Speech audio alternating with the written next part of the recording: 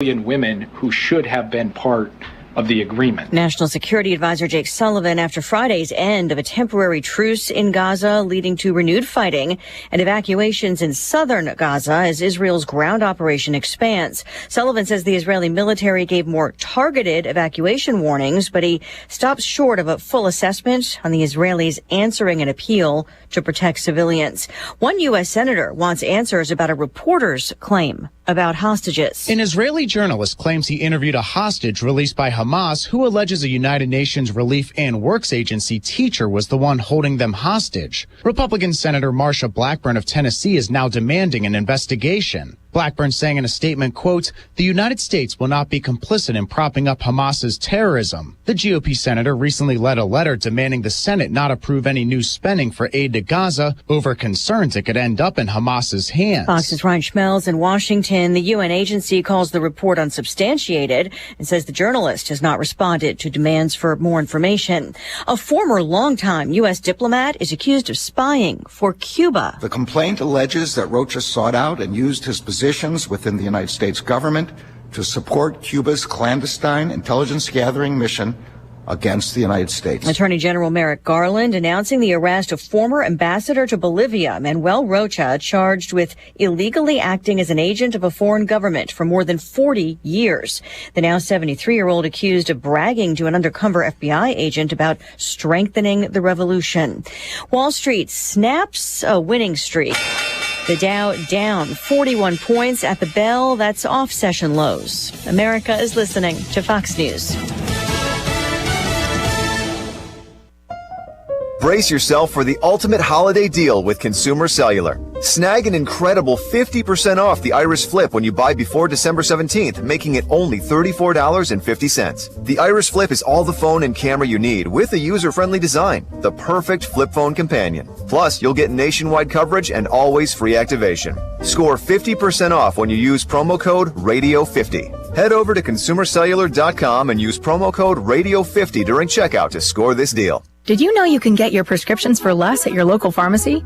You can with GoodRx. It's the free app that can save you money on your medications. Just search for your prescription, choose the pharmacy and the price that works best for you, and then show your GoodRx coupon to your pharmacist at the drop-off counter. GoodRx works at over 70,000 pharmacies, including Walmart, Rite Aid, and Walgreens, and it works whether you have insurance or not. It's easy to save. Next time you drop off your prescription, check GoodRx. To start saving today, go to GoodRx.com. GoodRx is not insurance. The Republican presidential field shrinks as the North Dakota governor pulls out. Doug Burgum saying in a statement that he launched a campaign for president to bring a business leader and proven governor's voice to the fight for the best of America by moving the country 180 degrees in the opposite direction of Joe Biden on the economy, energy, and national security, though blaming what he calls the Republican National Committee's arbitrary clubhouse debate requirements after he failed to qualify for the third debate. Fox's Jeff Manasso. At a climate conference in Dubai, the U.S. committing to not build any new coal plants, in addition to phasing out existing plants. Nearly 60 countries now part of that pact, but China produces more than double the annual carbon dioxide emissions of the U.S. and is using more coal. China's bringing online about one coal plant a month to cheaply handle its energy needs. India also bringing online more coal power to avoid energy shortages this year. In addition, India plans a record amount of coal power for next year. Fox Business's Edward Lawrence at the White House. The U.S. Energy Department says the amount of coal burned last year was less than half the U.S. total for 2008. Venezuelans vote in favor of claiming vast oil-rich land controlled by its neighbor, Guyana. Essequibo makes up 2/3 of Guyana, some 61,000 square miles. But Venezuela has long insisted the area is actually its own. The referendum asked Venezuelans if they agreed with Essequibo being incorporated into their country. Officials say 96% said yes, but opponents dispute government claims of a high turnout. Critics of President Nicolas Maduro say he only held the vote to whip up nationalist fervor. The matter is currently before the International Court of Justice. Fox's Jonathan Savage. Guyana denounces the vote as an attempted annexation. Again on Wall Street, the Dow dropping 41 points. I'm Lisa Brady, Fox News.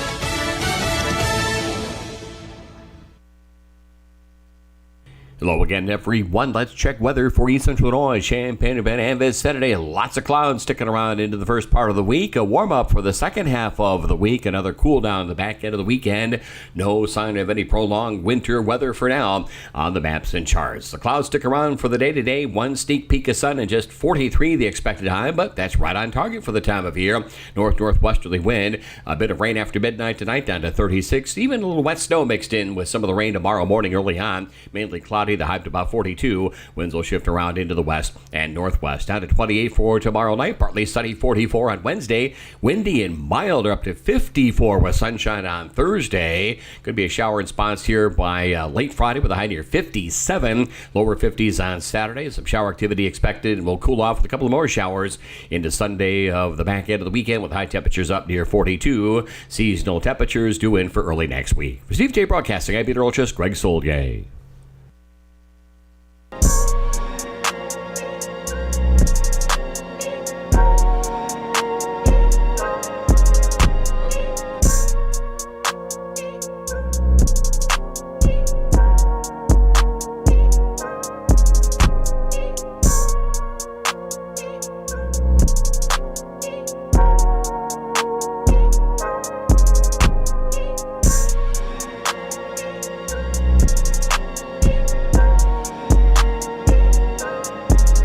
Boy, I'm being called out already. New guy is back, baby. It is The Drive with Tay and Piper. I am Lon Tay. No Derek Piper today. You know where he's at, out east, as Illinois basketball gets set to face FAU tomorrow night. We'll hear from Pipes tomorrow on the show, probably early in the show, as we get a preview against FAU at Madison Square Garden, which will be fun. But it is Monday, and is what is going to continue for a while. By the way, Kyle is here with me. Not that anybody cares. Kyle's here, though. I haven't changed, Kyle, since I went on vacation. Jay Lehman's here, though. That's what I'm talking about. Hey, buddy, here's the deal. We actually thought we were going to go to a bowl game this year, so we scheduled you all the way through January. So you get to hear my thoughts on all kinds of things other than Illinois football. I mean, we shocking we didn't go to one, in the history of Illinois, but thought that was a for sure. We thought that was in the whole. I was drinking the Kool-Aid. I'm still there, but hey, we'll talk basketball. We'll talk a little CFP action. We'll talk a little bit of everything. We got plenty to talk about, like you said, including Illinois basketball and a win at Rutgers that was very impressive. I think, though, even on top of that, everybody's given their opinion. I wish they could just meet Saturday and play Florida State and Alabama and just figure it out from there, right? And then go from there, right? But would Florida State want that? No, that's the thing. Florida State would not. They'd be like, heck no, we're not meeting to play Alabama. But, Jay, I mean, you can see both sides. In fact, I've never seen so many people, and I'm talking about experts that talk on College Game Day or wherever, I've never seen so many people so apologetic to their people they're talking to, because they're like, well, I get your point, Jay. I understand what you're saying, but it's like, let's not be apologetic. It comes down to a backup quarterback for Florida State. It's that simple. That's why Alabama's going. I don't think it has anything to do with the SEC, although a lot of people definitely want to think that that's probably, the SEC kind of runs things and controls things. They have dominated things, though, let's be honest, in the past. It really honestly comes down to that. But yet, Jay, there's that other side where Florida State did everything they needed to do and did not lose a game. I'll start with this. As a player, how pissed off would you be if you were a Seminole right now, knowing that you don't get a chance to play for a national team? Well, I've never been an undefeated team, so I mean, I'd be pissed because we did everything we could. But it's rare to be undefeated. It is. Okay, it's hard to do at anything because we all know sometimes you just don't show up. Yeah, right. You just have a day, and you still got to pull out a win, a victory, right? But I'm going to go totally sideways on this thing and get conspiratorial because that's what I'm into today. The X-Files. Let's go, right? So, I heard Booger McFarland talk about, oh, my gosh, what a travesty that Florida State didn't make it. I heard Kirk Herbstreit say Alabama should be in. Kind of really matter-of-factly on the show. He did. And I would say if you got him over here at Memorial Stadium and you played right now, I think everybody would say Alabama's a better team. By 3 touchdowns. right now. Probably. Right? But here's the scary part about a couple things we're saying. Now, it's all about style points. Yeah. It's like, okay, well, you won, but you didn't look that impressive offensively. Defense, they got a great defense. They do. Right? So now it's like, okay, so we see what they really care about. They care about offense, right? I could also make an argument. There's teams playing right now that are actually really good that had 2 or 3 losses back in the day, and they're actually better than some people that are playing right now. Yep. Okay? So anytime you have a loss, okay, you leave yourself open to being ridiculed and whatnot. But I'll name a team that had a backup quarterback that got in. Well, yeah. 9 years ago with Cardell Jones. Oh, good call. Right? Yep. And they had a backup quarterback. Now they won 59-0 in that Big Ten championship game against Wisconsin. They were electric okay? in that. Yeah. But here's where the conspiracy comes in. Guys, there are 6 programs that run college football. I don't care who you say you are. They are the deep state of the state of college football, basically. They are the hands behind the curtain, and that is these 6 programs. They're Alabama. Yep. They're Texas, who 2 of them are in there, right? Okay. Right. Michigan's another one. 3 of the 6 are in there. Notre Dame, Ohio State, and USC. Okay? Interesting. We will never see a program outside of those 6 usually make some historic jump. Do you remember Ohio State was 6th behind TCU and Baylor? TCU and Baylor boat raced and both won the last week of the season, right? They both raced their competition. They didn't have a Big 12 championship during that time. Right. Okay? It didn't matter. Ohio State jumped both of them. Yeah. Right? FSU, I don't care how good Charlie Ward was and how good but they ain't part of the Elite 6, right? And those Elite 6 are going to get in no matter what. I'm not saying Alabama's not better. I'm not saying FSU's not defeated. There I go couching different things. I'm saying when those 6 get in the running, they're going to do whatever they can to get those guys in. That's a great point. That's interesting. I mean, I've thought about like that before. I don't want to say I've never thought about that, but it's interesting to hear you say that, especially someone that is around the game so often. It's interesting to me because we sit here and watched a program right up the road that went to a backup because of an injury, and the backup was lights out for a couple of games and played halfway decent against Iowa. So I could see where if you're Florida State, you're saying, well, hold on a second. Why can't – I mean, I would argue that Illinois was almost as good or as good, let's say, with either quarterback in there, right? Sure. But I don't think that's the case at Florida State, and we saw that with 55 passing yards, I think, in the championship game of their conference. So they didn't want that product on the field getting demolished. It would have looked like Michigan versus Iowa in the Big Ten championship. Yeah. It would have been 21-0. They got a decent defense. They did not want that product. That's fair. And there are, like I said, those 6 programs. That's just not a new thing, guys. Coaches will tell you. I've had coaches tell me they've been in profession. There are 6 programs that when you look at backing, media, alumni, tradition, they are the programs they want to be in the 4. Washington out of those 4 are the redheaded stepchild. Yeah, right. They don't really. I mean, they're in that second level. They've had some great seasons for sure. I think they're a big addition, but they want those, and you're going to see those teams get the benefit of the doubt when it comes down to this system. This is the last year of the system, but it'll go now into 12. Who's going to be the 13 through 18 teams left out? Right. Going forward. I think it's going to be interesting. Did you see the Michigan players live when they made the announcement of Alabama? And normally you get this, and when they announced that it was Alabama instead of Florida State, it was so like deafening in that room. It was almost like the Michigan players are like, "Oh crap." Yeah, we were kind of hoping that we really didn't play good enough to be number. We want to be the 2 seed and play Texas, right? Or hope Washington beats you a little bit, right? I think actually that's the national championship. I think Michigan, Alabama, who wins that game. I agree. As long as you don't get just so beat up in that game. There's a couple years where Clemson and Ohio State would play in that semifinal, and it was like World War III. Like you remember that line in the program where Alvin Mack, the linebacker, says, "Let the paramedics sort them out." Right. I mean, there was bodies all over the field. I had not seen a physical. I mean, it was just they were just destroying people. that's what this Michigan-Alabama game could be like, right? I mean, they've got some serious dudes fun on both sides. I'm looking forward to that game more than the other, and I'm looking forward to the other as well. And let's talk about this. Let's talk about the prayer and Jordan Hare that they had the week before Alabama. They threw a prayer up to beat Auburn. Right. And Auburn got trounced by New Mexico State and Jerry Kill. Salukis. All right. So let's go, baby. But I mean, so it's not like Alabama's been dominant. I know. And the ACC was better against the SEC this year. I think they went 6-4. Because the SEC was really down, other than Georgia and Bama. I mean, Ole Miss, I guess you could say. But Georgia wasn't as good. I mean, Georgia had literally, I think, 18 out of 24 players in their defenses the last 2 years, like starters. That's unbelievable. Have been drafted. Wow. And so I understand maybe you can't reload every year. In general, I don't think the SEC is as strong as they have been. That's fair. This year. That certainly doesn't mean that they're not good, or I don't think they would beat Michigan.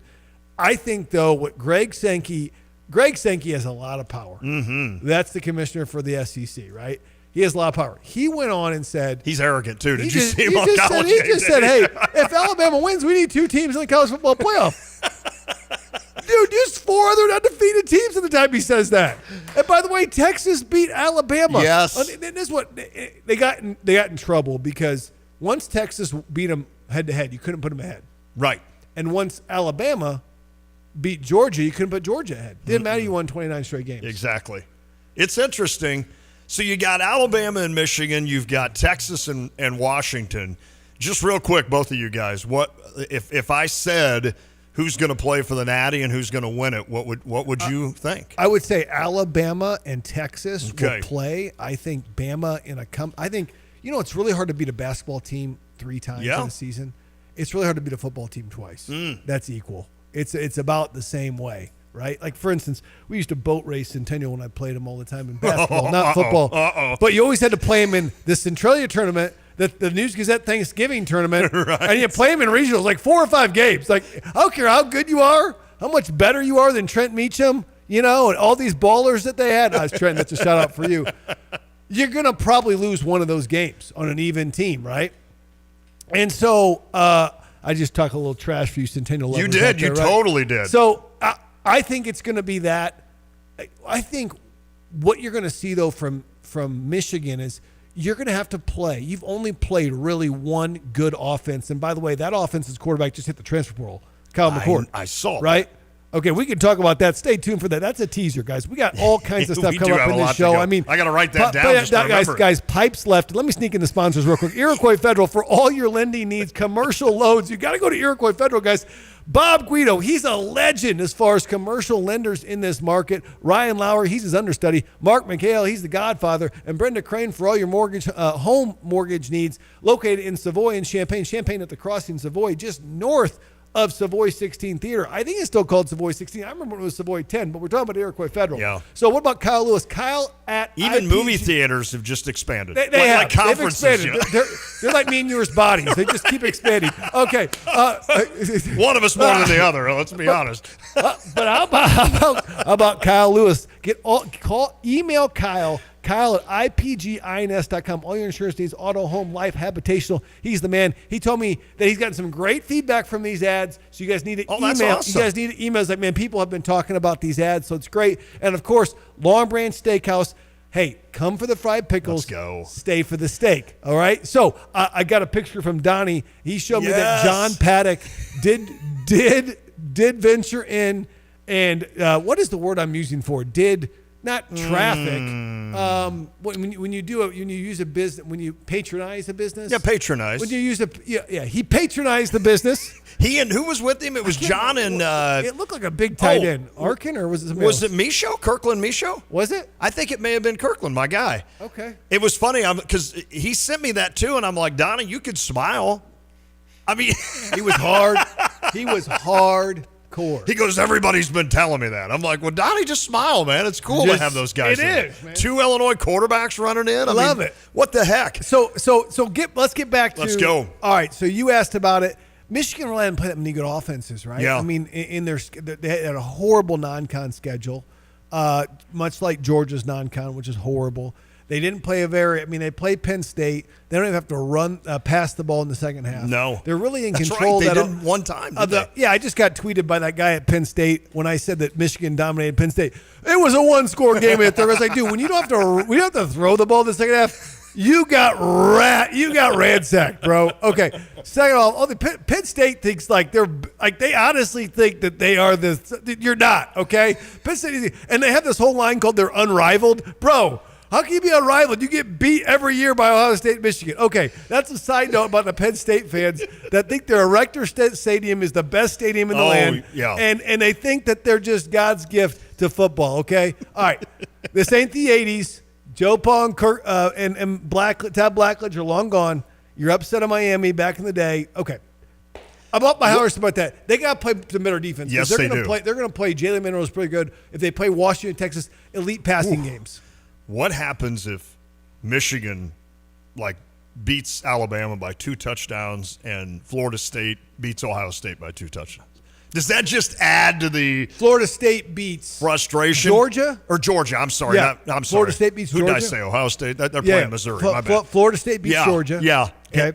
And Michigan just takes care of. That'll be Seminoles great. fans would be like, what? Everybody that hates the SEC would love that. Oh, they would. I mean, you can't spell second without SEC. I mean, they're fourth right now, right? I mean, I will always root against Michigan, right? So that always makes that Ohio State-Michigan hard for me because I hate both of them. Right. And so then you've got Iowa going against Michigan in the Big Ten title game, and I'm like, ugh, don't say it, Lon. Like I'm sitting there the morning of going, don't say it. I'm like, okay, I kind of hope Iowa wins this game. And I'm like, ugh. And then I kind of puked a little bit. Yeah. But now I'm looking at it, Michigan and Alabama, and I'm like, I don't know. It's all Big Ten loyalties. He's practically a Floridian, so I mean, right. I'm an Ole Miss guy now. Well, right there. I mean, we have no idea where his loyalties lie. No. Well, I will tell you this: this is not the Alabama teams of the 2016, 17, 18. I mean, remember. Yeah.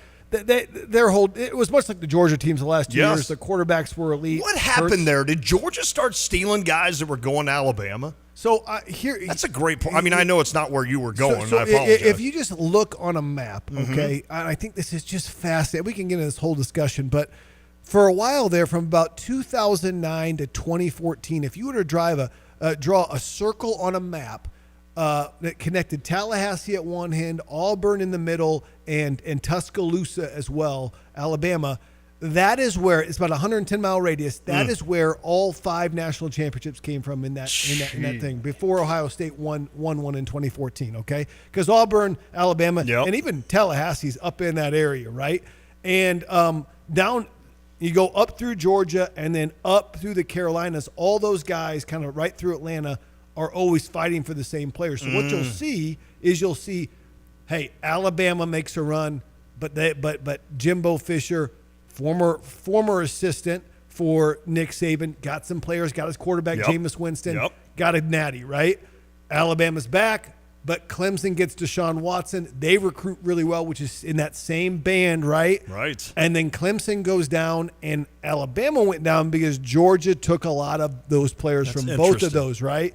And before Kirby Smart got there, remember, Mark Richt could not win the big game. He has averaged 10 wins a year. That's but right. they'd always have 2 losses, and they were just, kind of a lower I hate to say lower tier, but not an elite team. Yeah, right. And so Georgia's taken, I would say, from Clemson, Florida State, and Alabama and really created the roster that they've had. And that's why we see Alabama down last 2 years, not this year, but Clemson certainly down. Sure.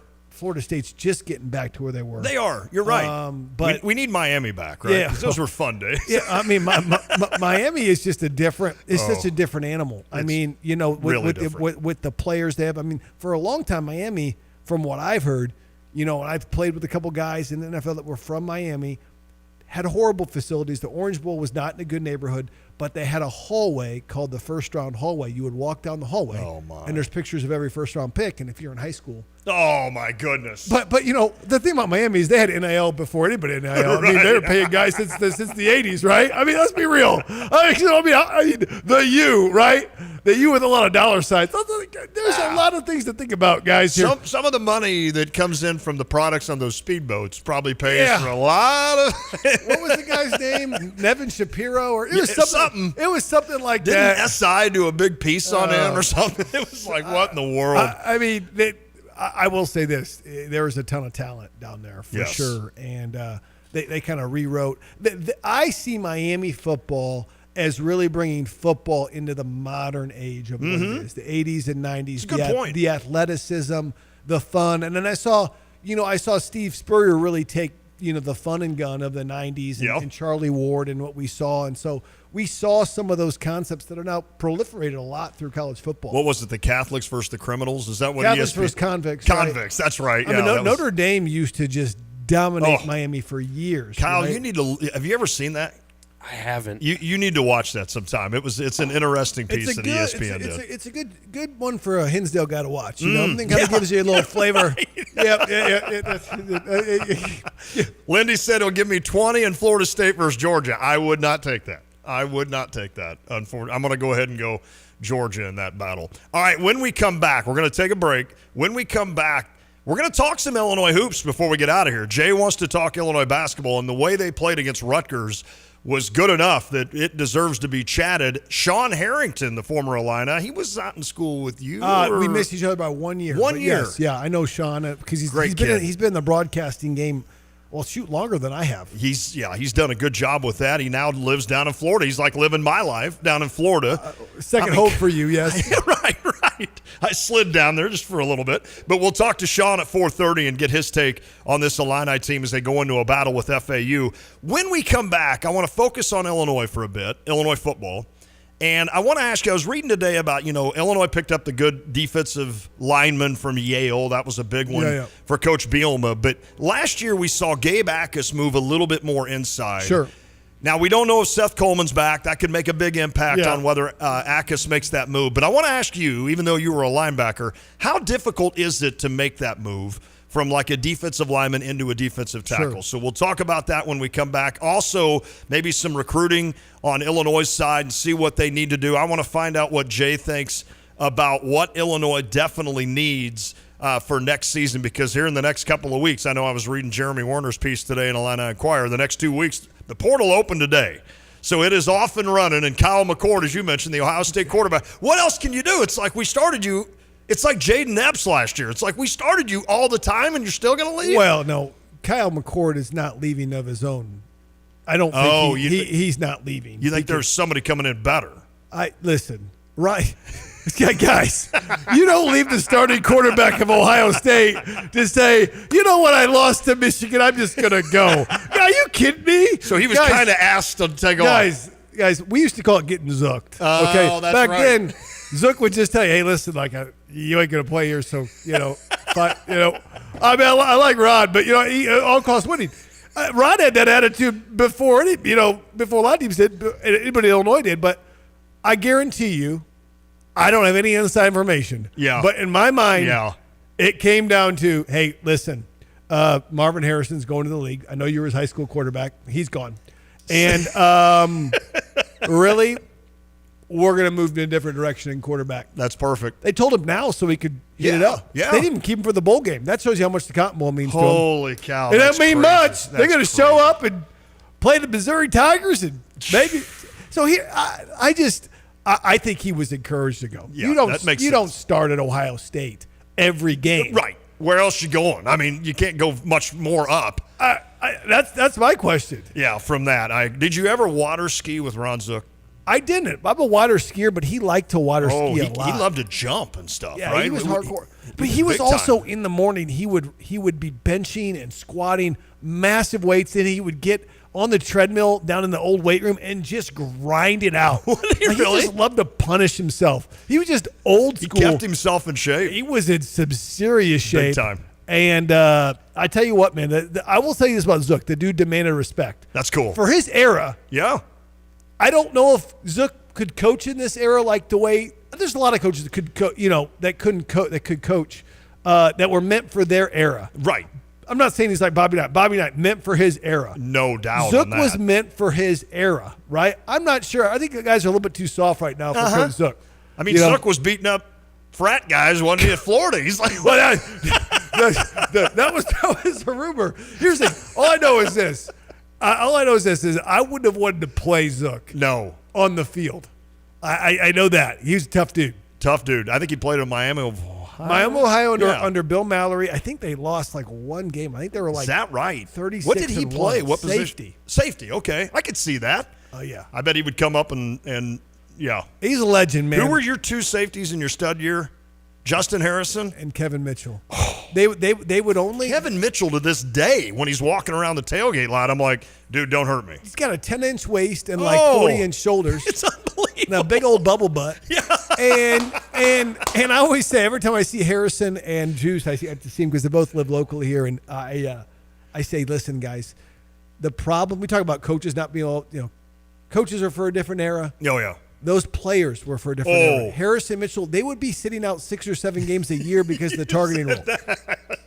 They came up and just destroyed you. But everybody's for their era, right? I mean, I'm not for this era. I hate there's only 2 linebackers on the field because there's no fullbacks and tight ends and everything's kind of spread out. Like, I just want you to stay in the doorway between the 2 tackles. Let me get my 100 tackles. Well, I have a chance, right?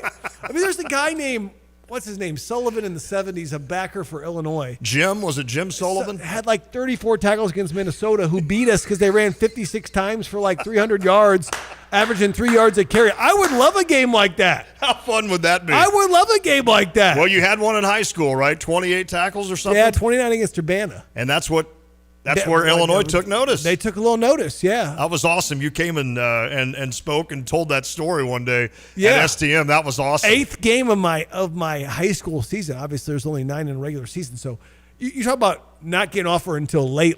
Yeah. I never confirmed this. I really think they had 1 or 2 guys that they were hoping to get that they weren't able to get. Got it.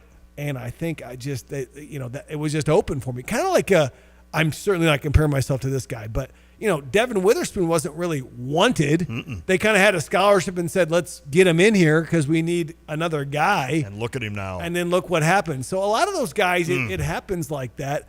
And I just, one thing that I know we need to go to Ad, but one thing that pains me at the transfer portal is it's like we don't have time to develop guys, it seems like. Right. Or guys want money right now with NIL, and you haven't done anything. No.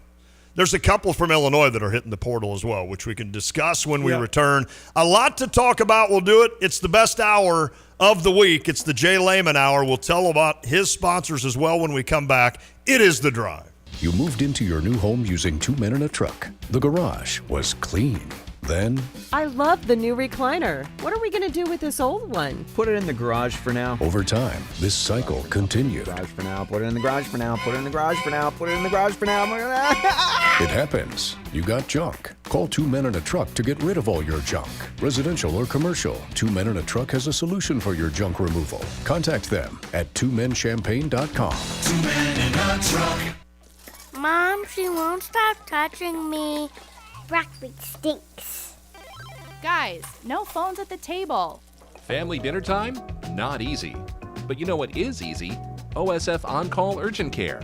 When you need convenient, affordable care for minor illnesses and injuries, you need OSF On-Call Urgent Care. Be seen in person or connect 24/7 online when and where you need it. Learn more at osfoncall.org/urgentcare. When you make the right decision, it feels good, like picking the perfect accent rug or choosing a good night's sleep over an all-night crime show binge. It feels really good to make the right insurance decision, too. That's why State Farm agent Kurt Lenschow is right here in Champaign-Urbana to help you select the right protection at the right price. Kurt will make sure you understand your State Farm coverages so you'll know what to expect if the unexpected happens. Just call him when you want the real deal. Like a good neighbor, State Farm is there. Illini fans, taste what's special about Jets Pizza by ordering any of their specialty pizzas for $5 off. That's right, save $5 on all specialty pizzas like the barbecue chicken pizza, chicken grilled to perfection, premium mozzarella cheese, bacon, red onion, and BBQ sauce. All piled onto Jets' amazing crust made from dough they make fresh every day. There's also their super special all-meaty chicken bacon ranch and more, all $5 off. Make your day special and order a Jets specialty pizza for $5 off. ILLINI. Cheer on the Illini at Pia's. The pregame fun starts at Pia's Sports Bar and Grill. Pia serves up its famous 10-ounce Slugger Burger along with great wings and so much more. Enjoy 350 22-ounce light and Coors Light drafts every home and away Illini game. Watch the game at Pia's or ride the free shuttle to all home games. You'll find it all at Pia's with live video gaming, sports, food, drinks, and fun. See you at Pia's, West Springfield Avenue in Champaign. From computer systems to brakes and tires too, at PDR, fixing cars is what they do. Remember, when you turn the key and the car won't run, call 367-9481 or use their dedicated text-only line at 383-0619. Additional information including repair quotes and online scheduling requests available from the website at pdrauto.com. Remember, they are what's best for your truck or car. They are PDR. These days, it seems like bank names are changing faster than a forecast in February. But at Iroquois Federal, we're still the same community bank we've always been. For more than 135 years, we've built relationships by helping build the things that matter, whether it's a business, a back porch, or the building blocks of a better life.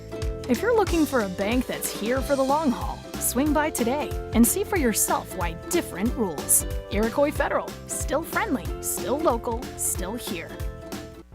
Here's what somebody recently said at Pards in Urbana. I was there just a few minutes, and somebody came up and asked if I needed help. And they were incredible, helping me find the size of boot I needed, and then I bought a second pair too. Everything was friendly, everything was excellent. Visit Pards in Urbana, 206 North Maple, between Main and University in Urbana. It's Pards Western Shop since 1968. Or go online and visit pards.com, pards.com. Don't miss your chance to cheer on Fighting Illini basketball this season. Deafening in here, 15,000, another sellout. We need all of Illini Nation to help us defend State Farm Center. And Illinois overcomes their largest deficit of the season. Great seat locations are still available for you to see Illinois basketball live this season. The Illini win it! Get your tickets today at fightingillini.com.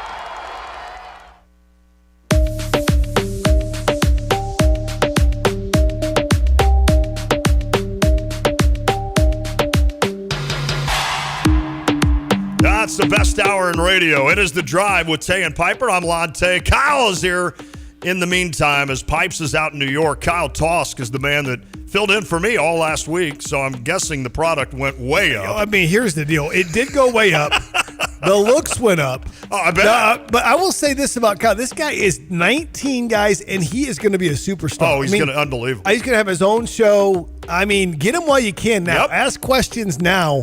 I have to rip on him to keep his head from getting way out of hand, you know, where he can hardly fit through the door. The highlight reel from Hinsdale. It's unbelievable. So, yeah, and he had a good Thanksgiving, he told me, so that was awesome. And, of course, Kyle allows me to get to a lot of Andrew's games, which I appreciate, and that's huge. Well, we don't know if you're in semi-retirement or not, Lon. I mean, that's the question. It's we got a lot of kids, a lot of trips to Florida. I'm like Roger Clemens when he would wait halfway through the season and then come back and pitch. It's all right, guys, I can do this week. He's back. You're like the Brett Favre of all right, I'll play for that team. Kyle, this might break the streak this week. Well, you got one day, Thursday. Pipes will be here. Are you gonna make it in? He's got some policies to write first. Let me think. No, I will be here because there we go. Andrew's got a game that night. Yeah, is he going to be gone Friday then? Yeah, he's leaving for Knoxville. You're mandated for 4 or 5 days. I was going to send an invoice in to Janet Cacciatarian, of course, Stevie's beautiful wife.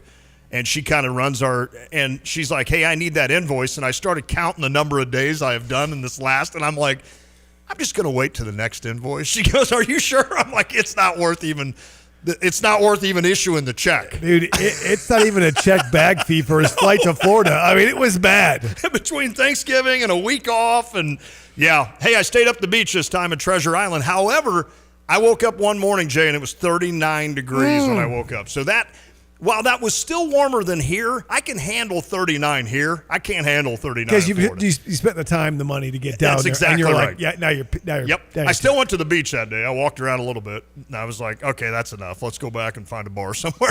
Tiki bars everywhere. Let's go hit them. All right, Gabe Akis. There's the chance that he could move interior on the defensive line if you needed that next season. How hard would that move be? Well, I think it'd be tougher to go off the ball. Okay. As a linebacker and then get your hand down on the ground. Now, I don't know if Gabe's ever played with his hand on the ground. I don't either.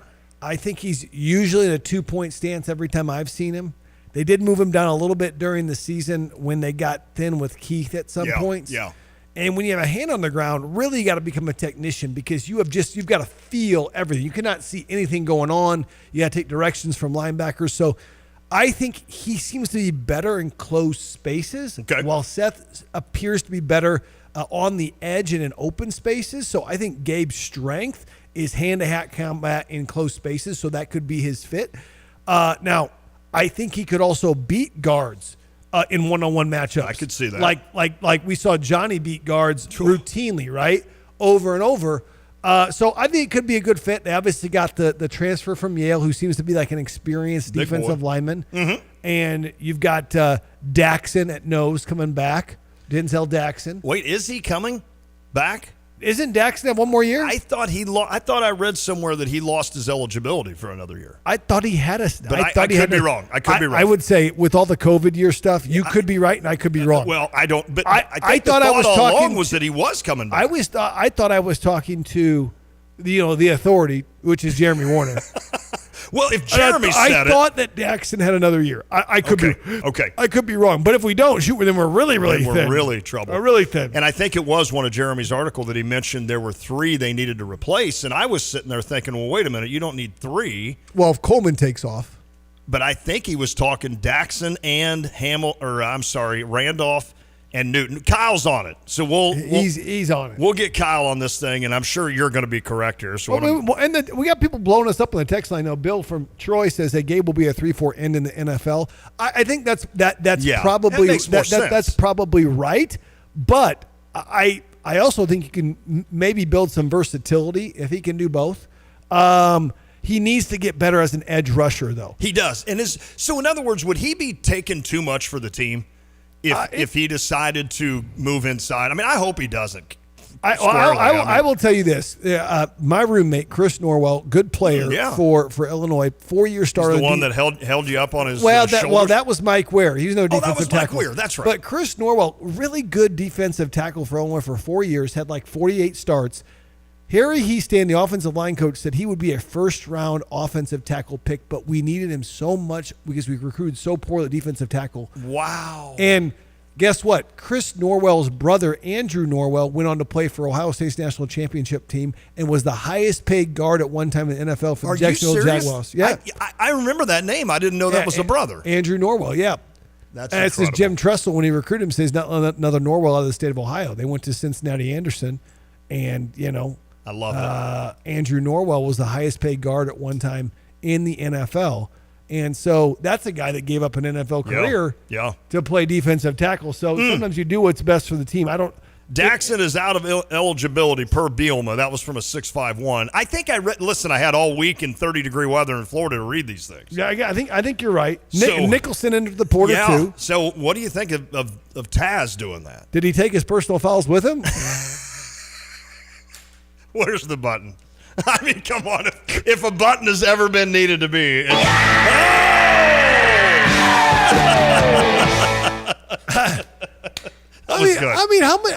Seriously, I was really disappointed. I understand that there's going to be defensive pass interferences. There was way too many, but I understand. Right. But the after the ball stuff, the spit in somebody's face, which you swear, they just.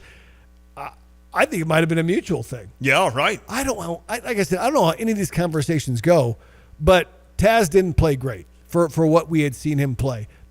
First of all, the whole secondary played awful. Did not play well. The story of the season was the offensive line was bad for the first 6 games, and the defensive backfield was bad the last 6 games. That's a good point. And so those were really our weak spots. And the question is, did did Nicholson get zooked? I think it could be half and half. Well, honestly. that's a good point by Heath then. Yeah. What you're saying. Right. Possibly. Did you play all the time for Zook? I did.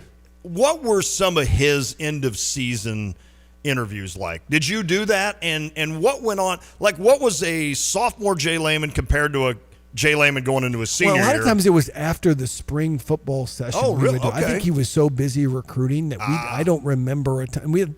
Back then, you had all of your recruiting. Of course, you didn't worry about people leaving as much as you do now. Yeah, that obviously. Yeah. And in between your last game and like signing day, which I think was the first week of February, it was just recruit. We had so many guys in all the time, and so I remember sitting down with him. We had a disagreement after his first year coming in. He always wanted to replace me the first year because I wasn't athletic enough. Yep. So the guys in front of me. I mean, I tell people going into my junior year, my spring session, I shared this story. Mm-hmm. I shared this story at St. Thomas More when I spoke there. I was second string weak side linebacker. They had brought in Antonio Steele from a JUCO. I remember that. And he was got the first team already, just straight out there. That tells me they promised him he would start. Exactly. I think he ended up being a great player. Mm-hmm. They also had two guys in front of me. Ramon Willis, Sam Carson at middle linebacker. Both Sam Carson and Ramon Willis get hurt the first 30 minutes of the spring ball practice, and I've never seen Zook more mad. He's like, "Give me somebody who knows this position." I'm like, "I know." I go into that position. I play. I never leave it. About 4 games into my junior year, he's like, "You're playing good at middle linebacker." I knew it was good to put you there. I knew it was a good shift. Thanks, Ron. So I always thought they were always trying to replace me. Yeah. Always, because I don't check the combine boxes, so it's like not good. I get it. I get it. Good. So unless you're around me every day and you see the work I'm putting in and the plays I'm making, it becomes undeniable. It's like, yeah, he just doesn't look. He's not on the all bus team. Right. Ohio State's full of the all bus team. He looks good coming off the bus. I don't look good coming. I got like a mullet. I'm kind of squirrely. I'm kind of squirrely. Just all those different things. You wonder how many kids like you were lost in the shuffle. Oh, for sure. Right? Someone that is trying to be replaced and then ends up as an All-American. Right. I mean, that's amazing. We see this all the time happen over Brock Purdy. Yeah. 4 touchdowns yesterday. I mean, and getting paid $900,000 a year. There's guys playing for Ohio State. Kyle McCord probably made more money than Brock Purdy this year. That's probably true. No, I mean, we've had Ryan Day say that it takes $2 million to pay up for a quarterback at Ohio State and $14 million for his roster. That was last year. With inflation, we're probably in Bidenomics. We're probably $28 million. Yeah, right. So we're going all over the place today. We're going to talk baseball winter meetings next. So I guess what I was trying to say, man, I lost my train of thought. That was my bad. But I would say I always felt like they were trying to look for a reason. Yeah. To just, okay, let's get rid of him. But that's where the evaluation conversations would have. And I remember it rained like crazy one of these spring games. It was just horrible. It was like freezing rain, 35 degrees. I ended up having he put me on the second team. I ended up having like 14 or 15 tackles against the first team. And I'm like, I surprised you didn't. He's like, you did surprise. I will say, you did surprise me. They couldn't keep me off the field. If you'll keep making those plays, they can't keep you off the field. Who was your linebackers coach? Well, I had a couple. I had Mike Mallory first, I got to see at Michigan. He's an analyst there. And then I had Dan Dish. Dan Dish. Yeah, Dan Dish. Yeah. Dan Dish was a good guy. He's a character. He sent me a thank you letter, a thank you note at the end of a season one time. I had never had a coach do this. He sent me a note to WAND and said, "Thank you very much for the coverage this year. It was very appreciated, blah, blah, blah." I'm like, I'll take it. Never seen that. So, and I thought that was super nice of him to do that. And I've always been a Dish fan since then because I thought that was really guy cool. could recruit. Guy was hilarious. He was funny. We had a lot of fun with Coach Dish. I owe him a lot. And I will say, Coach Dish went to bat for me to keep me in the position because here's the deal. If you're a position coach, the worst thing is just to have a guy that doesn't know what they're doing and not making plays. Yeah. Because it all rolls downhill. Because then they're going to be mad at the defensive coordinator and they're mad at you. And because you take ownership for your position, right? Yeah. So you want a guy that gets it done and does it. And you look good if your players are good. Before sponsors and before we talk Illinois basketball, Reggie Love leaving. Also, Barliv on the offensive line. I don't know how big of an impact that will Well, be. if Barliv didn't play this year, you ain't good enough. Good call. Sometimes we have to. Look at me trying to be nice down here. Sometimes we have to cut through the BS, right? Yeah, good call. I mean, like if you didn't play this year, yeah, you're not gonna. Yeah, there was so much opportunity on the offensive line. Good call. Now, if you didn't play at receiver or something, I was like, Right. okay, well, like they had a couple guys, or you didn't play at slot receiver. You were behind Isaiah Williams, so maybe it is better to transfer. But yeah, so that's what I would say about Barliv. And Sean Miller out as well. They're in the portal, so I assume Sean Miller, we never really saw get a rep. No, right? Did he ever even play a snap? And I would say, Hank Beatty got more reps than him. Kennard Wilcher got more reps. Yeah. Ashton Hollis made some big catches down the stretch. You got Malik Elzy. I think Malik Elzy. I think you have a whole next generation of receivers they've already kind of pegged right now. You've got sponsors that could fit in with any generation. Yes. With what they do, they're awesome. Iroquois Federal, they came down from Watsika to Danville, but they're in Champaign for a while now, and that's Bob Guido. He's the man for all your commercial So they lending started loans. in Watsika? In Watsika. Because I know they still have a branch there, and I've always wondered how that worked, but I didn't know that was the starting point. Watsika to Danville, and then, kind of started slow here, but when that's brought Bob Guido on and Ryan Lowry, they write most of the rental property loans that I see cross my desk. Incredible. I know you see a lot of insurance stuff. Sure. And so they have tons of commercial lines of credit as well. Bob Guido, Mark McHale, Ryan Lowry, Brenda Crane does the residential mortgage side for your owner-occupied loans. They are your one-stop lending shop. Of course, when you get a loan on your house, you're required to get insurance, right? So Kyle Lewis, Kyle at IPGINS.com with IPG Insurance. Auto, home, life, habitational. As Lon likes to say, quotes are free. So go get a quote and email, right? And, of course, Long Branch Steakhouse. Come for the fried pickles. Stay for the steak. Donnie in here. His calf is fully recovered. They're back open. Looking forward to eating there soon. You go sit down with an attorney, you got to pay a lot of money. But us insurance dudes, we're just like, come on in. He'll throw it. Same with a realtor. Hey, you want to go see a property? Sure. Right. You can sell you 20 properties, never get paid a dime. I got nothing to do But today. now they're suing realtors for getting paid too much. Are they really? Did you see this class action lawsuit against the realtors and whatnot? I did not see that. This is a sports show. I won't get into it. Yeah, let's don't get into that. I can show you my check for $19 I got for selling a $650 lot in Danville, Illinois. So if you want to see that one, we can go to Long Branch, maybe get 2 orders of fried pickles, but no steak. They get good prices. Hey, you and I got bailed out a little bit, I guess. What's up? Because we were going to was it a bowl game? We were going to buy. I was buying the first round, and you were buying pickles. Yeah, I did. Back in the day, we were so sure that we were going to go and win the Big Ten West. We said, everybody come to Philo Tavern, we're going to party. We're stopping making guarantees. We get so unhinged. I can remember on this show in the last 14 years, what is it? There's the NCAA, the NIT, and then there's, Kyle, what's the third one? It's like the CBI or something. And I remember one year Illinois basketball was so bad under Gross, but we had a chance at the CBI, and I said on the show, I'm like, if we make the CBI, I'm going to rent out like some big bar in Champaign, and we're going to just blow it up just for a CBI game. We're just going to go like sarcastically over the top on a CBI game in Champaign. I think it would be, it's like that GIF where they show the goal or whatever on the screen and they all like, I'm like, that's what I want it to be. Let's talk Illinois basketball. How impressive was that team Saturday? Well, shoot. I mean, I looked at veterans, so I'm getting ready to do the Big Ten championship. So I'm checking that was at night, and then I think I only played at 3. Yeah, 3 o'clock. Just on the glass. Even though I texted 2. Always check my text. I mean, 55-27 on the boards. Wow. Listen, if you rebound and play defense, as Brad Underwood says, defense travels, right? Yes. I mean, that's how they can be. I just want to see it consistent. Right.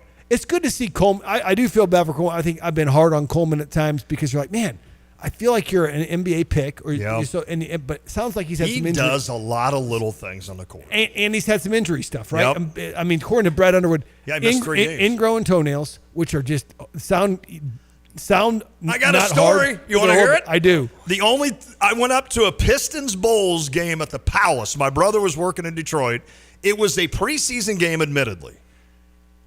Michael Jordan slated to play. And I'm like, I'm going to finally get to see Michael Jordan in person. My brother got us sweet seats. I mean, we're like maybe 15 rows from the floor. Jordan doesn't play because of an ingrown toenail. Oh. I kid you not. I'm like, what? Oh, my. So we left there and went to a strip joint to eat because Lance is like, it's supposedly the best food in Detroit. A strip joint, not a strip club. Strip club. And the food was amazing. I'll put it that way. That's all I'm saying on it. We're not sure. Story ends there. Not sure what was 8 or not, but right. Story ends there. Yeah, just love it, guys. We have gone steaks, all over the place. Steaks, fried pickles, guys, we have done it all on this show. But I've been impressed with. First of all, and Brad mentioned it in his press conference. He said, Coleman's just got to commit. To staying healthy, and that's a grind. I can tell you from an athlete perspective. Just to feel good enough to play like yourself can be a journey. I bet.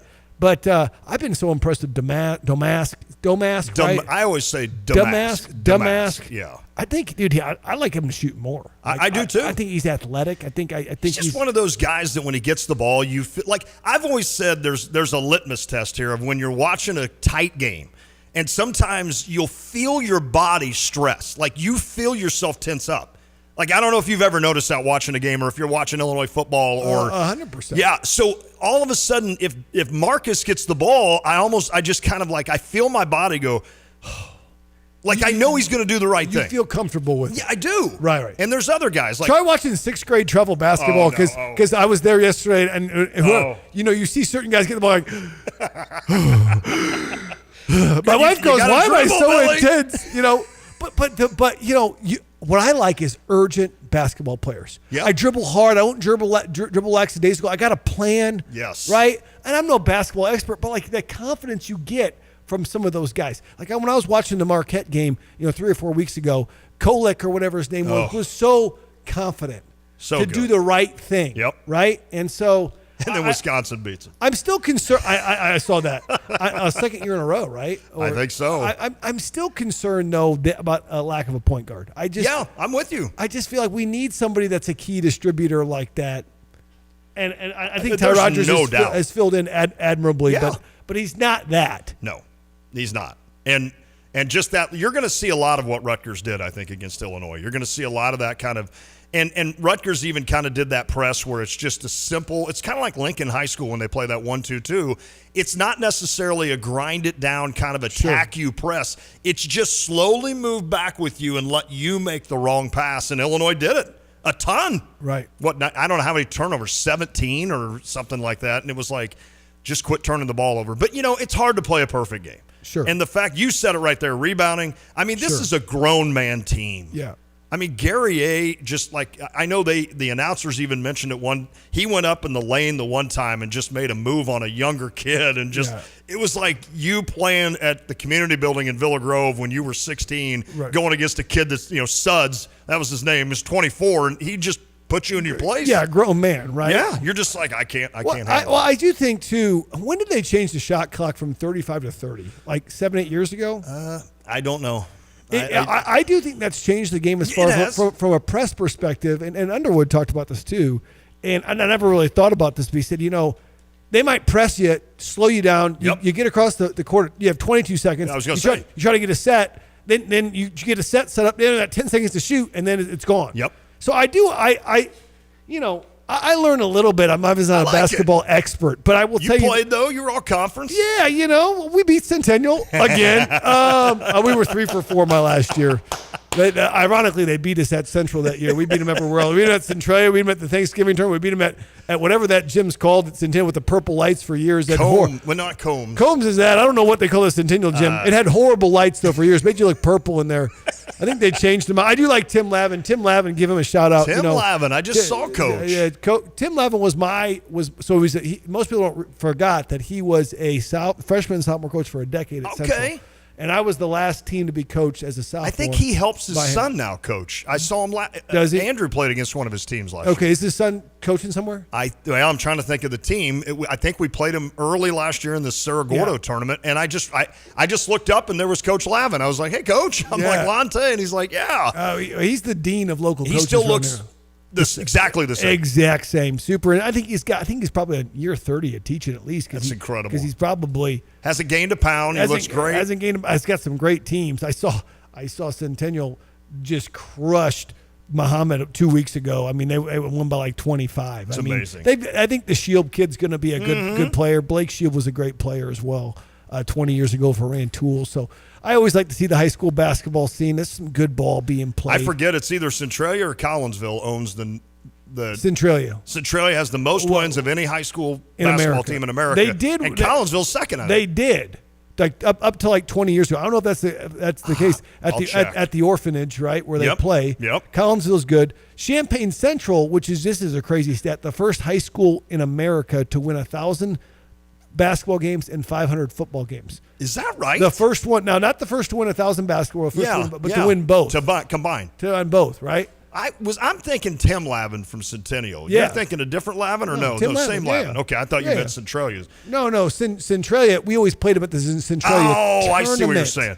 Jay, real quick, in 20 seconds, your sponsors. Yeah, Iroquois Federal, Bob Guido's the man, Ryan Lowry, bam, get a loan from them. You know what it's about. Kyle at IPG Insurance, Kyle at IPGINS.com. Email him right now. Tell him Jay says the fried pickles are great at Long Branch in beautiful downtown Glickton, Gifford, and I want to quote, okay? But back to Long Branch as well. Guys, check it out, 5 to 9 Wednesday through Saturday. I might have to make it out there before Christmas. Yeah, it's the golden hour of radio every week, the Jay Lehman Hour. Great stuff as always, Jay. Thank you, buddy. All right, Kyle and I will be up next. Sean Harrington, bottom of next hour, talking Illini hoops. We'll do it all next drive. You're listening to WSJK ESPN 93.5 Tuscola, Champaign-Urbana, your home for the St. Louis Cardinals. Detention or under consideration as part of a possible deal. The White House declining to answer questions about Florida Democrats only allowing President Biden on their March primary ballot and not his two Democratic challengers, Marianne Williamson and Congressman Dean Phillips. Spokeswoman Karine Jean-Pierre referring questions to the Biden campaign. Republican Party Chair Ronna McDaniel telling Fox News. They're saying that the Republicans are a threat to democracy. Well, we're having our process play out. We're not putting our thumb on the scale. They're making sure that Biden is bubble wrapped. They're guaranteeing it. Meantime, North Dakota Governor Doug Burgum suspends his Republican campaign for president while criticizing the RNC's debate qualifications. At the height of the holiday shopping season, a Macy's store is closed in Philadelphia after a deadly stabbing earlier today when a suspect accused of stealing hats returned a short time later and attacked two security guards, killing one. As far as this establishment here, Macy's, unfortunately, is one of the locations in Center City that has experienced one of the highest levels of retail theft. Philadelphians interim police commissioner John Stanford says the suspect fled into the subway and was arrested with the help of transit police. Macy's says it's heartbroken and the store will remain temporarily closed for the investigation. America is listening to Fox News.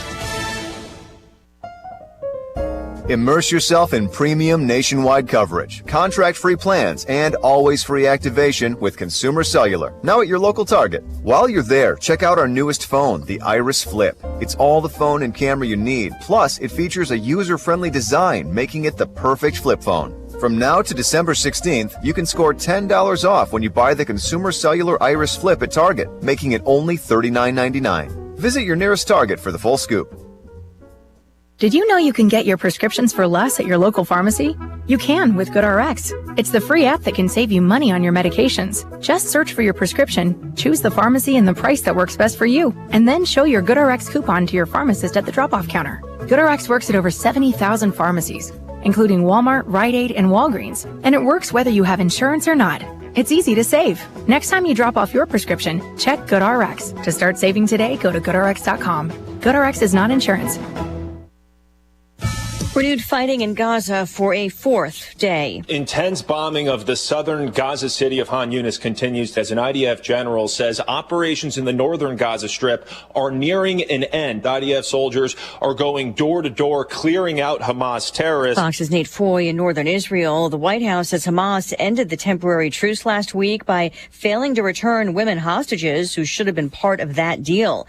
National Security Advisor Jake Sullivan also says the U.S. is consulting with other countries about attacks on commercial ships in the Red Sea by Iran-backed rebels in Yemen. We have made clear that the entire world needs to step up together, not the U.S. alone, but all of us working together to deal with this emerging challenge that the Houthis present, backed by Iran. We are going to take appropriate action in consultation with others. He also defends the U.S. response so far to drone and rocket attacks by Iran proxies targeting U.S. forces in Iraq and Syria.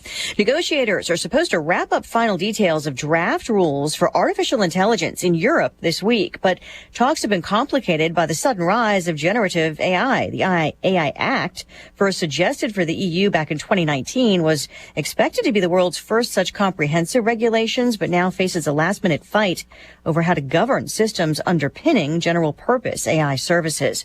A pop star hits a career milestone again. Taylor Swift has broken yet another record,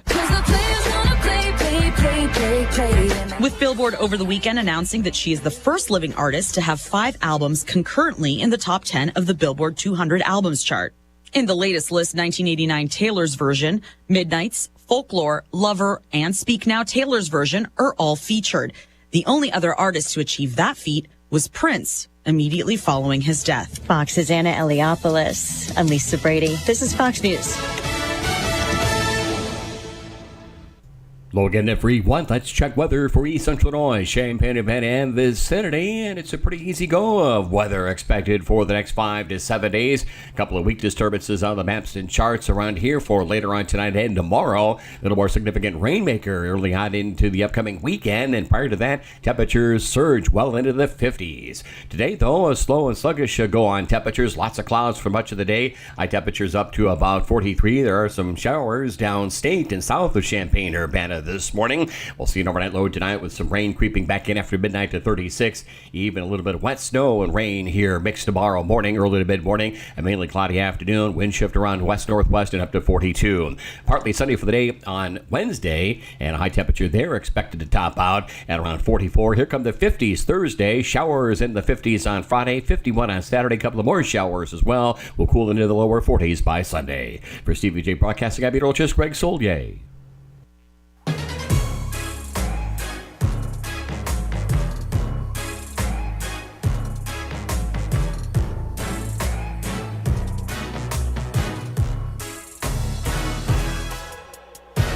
It is never easy following the greatest hour of the week in radio. No, it isn't. You cannot bring enough energy to replace Jay Lehman on these airwaves, that is for sure. But we'll give it a shot. It is The Drive with Tay and Piper. I'm Lon Tay. I'm back. I'm a part-timer. I've heard it all. And it's probably true, to be honest with you. And Kyle Tosk, who is basically enabling me to be a part-timer. So blame Kyle.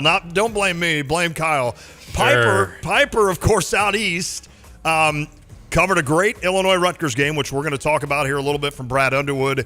And then, of course, tomorrow night, FAU tips at 6? 5:30. Oh, 5:30. That's what you had said. So we'll preview that game. I know Illinois is ranked 24th. Did that come out? They moved up to 20th now. Oh, they're 20th. Okay, that makes sense. And then FAU, I believe, is 11th. Okay, so there you go. You've got a couple of top 20 teams in action tomorrow night at Madison Square Garden. Is that on ESPN? See, this is why you're here. I mean, I literally just I lead you into things and you answer the question. It works out well. So we'll hear from Pipes tomorrow early in the show from Madison Square Garden to get you ready for that. Today we'll hear a little bit from Brad Underwood. He's actually speaking today, or spoke today. Yep. But we're going to save some of that for tomorrow. We're going to play some sound from the game against Rutgers on Saturday. Let's be honest, Kyle. That was a dominant performance. I did expect Illinois to win that game. I didn't know they were going to come out and do what they did. They jumped on them early. I know they had to weather a storm in between, but man, that Illinois team it looked like a bunch of older guys going against younger guys. They physically imposed themselves from the tip-off. I mean, it had to be a dream game for Lonte to watch, 55-27 on the glass. Illinois had more offensive rebounds than Rutgers had defensive rebounds. I didn't know that. Wow. So, I mean, they were – and that's really hard to do against a team in Rutgers who you don't go into the rack and out-tough them and out-physical them very often, at least under Steve Peichel. And Illinois, I think – like you mentioned, getting off to such a great start like they did, that has been such an issue for this team. They just, from the beginning, they looked like they're in control of the game. And then, like you said, they weathered that towards the end of the first half. Rutgers made it a game going into the locker room. And then they went on another huge run to start the second half and really never looked back from there. And, man, how good is Terrence Shannon playing? Oh, my goodness. he is playing absolutely like an All-American, and he's shooting the ball so well. How does he make some of those step I backs? know. He's in that zone right now where it feels like everything he puts up is going in, and he can take whatever shot he wants, and you'll live with And it. think about what he does defensively. Oh, for sure. There was the one play where he comes from behind and blocks a shot. He's a guy that, like, sometimes you don't notice him on defense because the dude he's guarding isn't doing anything because he can't, because Terrence Shannon is shutting him down. There is no doubt. I mean, I've watched All-Americans at Illinois, right? There is no doubt in my mind that Terrence Shannon now, he's got to continue to play like he's playing. There is no doubt if he does that he's an All-American. First team. I mean, it's first team All-Big Ten. The only reason he wouldn't be Player of the Year maybe is due to either Boo or, of course, Zach Edey, who was unbelievable in a loss to Northwestern. We could chat on that. That was incredible. If he's good enough to be the Player of the Year over Zach Edey, I think Illinois will be really, really good this year. I'll just put it at that. What did Edey have, like 35 and 17 or something? Something like that. In a loss. Yep. That's incredible that happened in that game. But that said, I mean, to see what Shannon's doing, to see, we talked a little bit about Marcus Damask and what he's brought to this team. And, he's a strong kid. And basically everything he's doing right now is what he did at SIU. And I was worried, would that play to this level as much? And the reason is he doesn't play above the rim. We know that, right? But he's heady and he's strong. And he can physically move you and make the right decisions. The one play where he got the ball in the lane, kind of bobbled, I thought, got it back, did the pump fake on Amori or whoever the other big guy was for Rutgers, and then went up just with an easy shot. And it's like, okay, that's a kid that shot 7 billion times in his life, including that little pump fake, probably against a big brother when he was 8.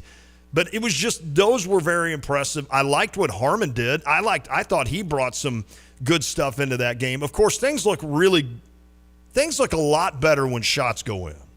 Right. Isn't that amazing? How all of a sudden you're like, wow, we're shooting the ball well. At one point we were like 7 of 17 from the 3. And I'm like, man, we just look like we really know what we're doing today. Well, in reality, you're making shots. Well, I think they were generating better looks than they have, too. I agree. The offense flowed a lot better. It looked like there was an emphasis on guys really trying to attack the paint and create open shots. Like they took 21 threes, but all of them were in rhythm, in flow within the offense, and that leads to shooting 9 of 21. It's not those late clock threes. It's not those forced threes at the end of the shot clock that are the ones where you really get in trouble. But it just felt like, and against a really good defensive Rutgers team, like their metrics coming into this game were top 10 in the country defensively, and you go in on the road, and I just thought the offense it looked cleaner and more fluid than it has in a while. See if this makes sense. Last year, minus Coleman, who I thought took some shots that I was like, eesh. Although, actually, I say that, and Coleman was a guy that really Brad wants to shoot more. When I watched this team last year, sometimes I wanted the hockey pass. And what I mean by that, I know you know what that means, but if you don't, in hockey you get an assist even if you're the pass before the pass that leads to the goal. So there's two guys that can get an assist on a play, and so they call it the hockey pass. It's the pass before the pass that gets you the shot. Now, it doesn't count as an assist in basketball, but I thought last year there were times where Illinois needed to have that hockey pass. This year, there's times, and this game was perfect in that second half, where it was almost like they're just playing around. Like Goody and Shannon are playing this two-man game on the wing where they're just like, no, you shoot it, you shoot it, you shoot it, you shoot it. And then boom, Shannon hits one wide open, or boom, Goody hits one, or Coleman, makes an extra pass. And I know Damask is good at that. The other guy that's really good at that we didn't mention is Terrence Shannon. Yes. I know on occasion he's going to get a little out of probably going a little too fast sometimes for his own good. Sometimes he's too athletic for his own good, where he's going 100 miles an hour, and you better be ready to catch that because that ball's coming like a four-seamer about 86.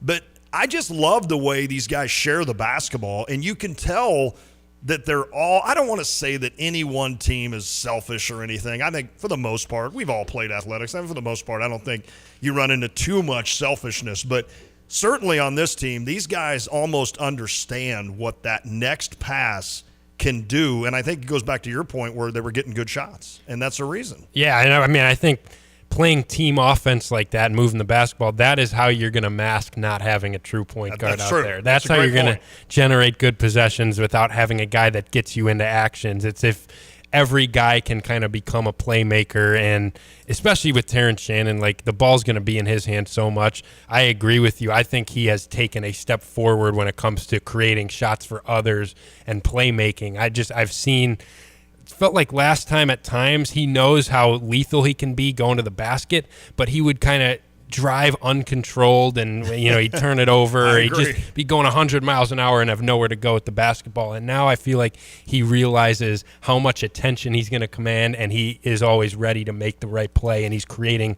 opportunities for other guys to get shots, and that's along with averaging 20 a game. So I think it did feel that way. It felt like guys were passing up open looks for an even more open look and just moving the basketball really well, and the offense just looked so fluid and connected, and that's coming off like the second half of that Marquette game. It didn't look that way at all, so to see that happen in a road game like this is pretty encouraging. I want to talk about Coleman for a minute, and then we'll get to some Brad Underwood. I really honestly do think Coleman Hawkins doesn't score, right? And I think that drives us nuts because – let's be honest, we're all kind of a part of the game where we understand that if you look at a box score the next day and never saw anything about the game, you could see that somebody scored 22, and you might be like, well, they must have had a good game. Well, in reality, they were 6 for 25 and had 7 turnovers and happened to hit 8 free throws. And so maybe they didn't have as good a game as you thought. And then on that same box score, you might look at a guy that scored 4 points and you think, he didn't really play that well. But in reality, he had 8 rebounds, 6 assists, and, caused 3 turnovers. So I think there's things – don't get me wrong. I still want more from Coleman. And I'm not going to sit here. I know I literally have been the apologetic Coleman Hawkins guy for a couple of years now. But I think there's things that he does. Like defensively, there were a lot of times where Rutgers in that second half would drive to the lane – and Coleman's waiting there. And so it forces either a tough shot that they miss or Coleman blocks it, etc., and you get it and you go. But I know there's certain things that Coleman needs to get better on. There's no doubt about that. And he frustrates you on some things. But I think there is an appeal to Coleman Hawkins' game, and I think there's no doubt that he made a big impact in that game against Rutgers to where you don't see Cliff Amore go off like he normally would. And I know there were even a time where Hawkins and Dane, they were off the floor and Amore didn't go off. So he just kind of had a day. But I just think that, I think I can't remember who announced the game, but one of them said, Amore's he's going to see Coleman Hawkins in his dream tonight about how he's playing. So I feel like to the untrained eye, and I don't want to sit here and say I'm any better than anybody in terms of watching basketball or knowing the game, I think to the untrained eye, sometimes you don't think Coleman's doing much, when in reality, I think he's doing a lot. Yeah, no, I totally agree. And you even saw that. I mean, you mentioned it. When he was off the floor with 2 fouls in kind of that second portion of the first half, it felt like that was the time when Rutgers was getting what they wanted on offense and Illinois was more susceptible. And it's just because you didn't have your anchor in there on the defensive end, and a guy that feels like he's your biggest communicator back there. He's the guy that's always in the right spot. He's not out of position. And then even on offense, it felt like, at least to me, it felt like you could see that he was hurt when when a couple of his shot attempts just felt like he didn't have much legs behind it. Yeah. But I still think that he's important to your offense, especially in a matchup like this against Cliff, because he can kind of draw him away from the basket. Amen. He can be kind of a hub of your offense where he can handle the ball. I even saw early, I thought one of the best plays of the game offensively is when Coleman caught it at the top of the key, kind of penetrated, and then Quincy Guerrier back cut his guy and threw down that phenomenal dunk over him. He was mad at something. And those are just the types of plays that come off of getting Coleman involved in your offense, and he can see the floor so well too. So I agree with you. I think that's just kind of been the story of his career. I don't think, I just don't think we're going to get to a point where Coleman's going to be putting up 18 points consistently for you. But I still think you need to appreciate and value what he brings to the floor, because there is an impact with him, and it's been that way even last year. You can tell when he's on the floor versus when he's off the floor, Yeah. and you can tell the difference when he's not out there. We used to laugh about this when I was in the media and had votes for all conference teams. I used to laugh about how the coaches sometimes would put a guy on one of their 3 teams that the media didn't have on, and we would laugh and say, that's because these coaches identify what that person brings to a team. And if you're not a coach, you don't understand how it makes your team just play better and look better, et cetera, and there's more success because of it. If you're a media member, you're going to click through the points per game That's leaderboard exactly right. and whatnot. Yeah, unless it's the team you're covering, right? Yeah, no, I'm with you. Okay, so moment of silence here. What the hell are you doing with Field of 68? I got a podcast on Jeff their Goodman media and I network will with my literally- friend. Yeah. What? I'm hosting an Illini Hoops podcast with one of my buddies. They're giving students an opportunity to host some shows on their podcast network, and I got a podcast that drops every Monday, so That's go cool. check it out if you haven't heard it. So what's it called again? Well, it's our podcast is called Champagne on Ice, and you can find it if you look up on YouTube, Field of 68 Podcast Network, or go on Apple Podcasts. Look at that. Well, of course, you know I'm not kidding, actually, because Goodman stole Trevor. Yeah, well, not quite to that point yet. Well, Maybe right, someday. I guess. Okay, maybe someday. But if he steals you, Goodman and I are going at it. But no, I did like this from a 217. He's like, long-time listener, many-time texter. The Lon lineup looks good. I was thinking about this Saturday after the game, waiting to watch SIU blow it in the football playoffs. But you have a guy from SIU and Marcus Damask. I know he says, my son Luke Goody, he's just my guy from Indiana, right? So we got an Indiana guy. We got a Southern transfer. We've got the lefty in Terrence Shannon, who I've always wanted, and we have the Canadian in Gary A. And I thought, this is the perfect team for me. Like, I have no idea how to put together a team that is better than that. Scott asks, can Coleman come back if he doesn't get drafted? I'm not going to be as mean as Scott. Well, he can come back. I would find it highly unlikely that he's going to. Even if he's off of draft boards, it just feels like he's flirted with it for so long now. But maybe, you never know. I could see him being, I hate to even say this, because he's one of those guys that I admire so much because he stuck it out for 4 years. He didn't play a lot his freshman year, kind of slowly built up minutes. He's been a little bit of an ire sometimes of Illini fans, but he is one guy that's going to be a 4-year player for the University of Illinois, and he stuck it out in this time where everybody's leaving. I think that needs to be noticed, and kudos to him a little bit for that. But I could almost see him being that 5th-year guy going, you know what, I'm going to go play somewhere else. Almost like your guy in Michigan who went to Kansas. Dickinson. Hunter Dickinson. Yeah, almost like I just want to see what's on another. But there again, Coleman's been very loyal. I think Brad is very loyal to Coleman to the point where Brad gets on him when he doesn't shoot enough and doesn't do things. So I like that idea. All right, let's talk a little bit about this. You mentioned it. It was definitely the Lonte smile game because I was watching this going, man, are we getting every rebound? And I know that Brad Underwood, when he was at Stephen F. Austin, his teams were really good in rebounding, and I think his one year at Oklahoma State, I think they were really good at rebounding, and he's had a lot of seasons here at Illinois where his teams, have rebounded a lot better than the opponent. So I know that's a big thing for him. And I know going into this season, when you looked at Gary A., who, back in the day at Syracuse averaged over 10 a game, I think, for one season. Damask, I've watched him rebound, tough rebounds down at SIU. And, Coleman, can pick up a few. You've got guards that are big that can go in like Shannon.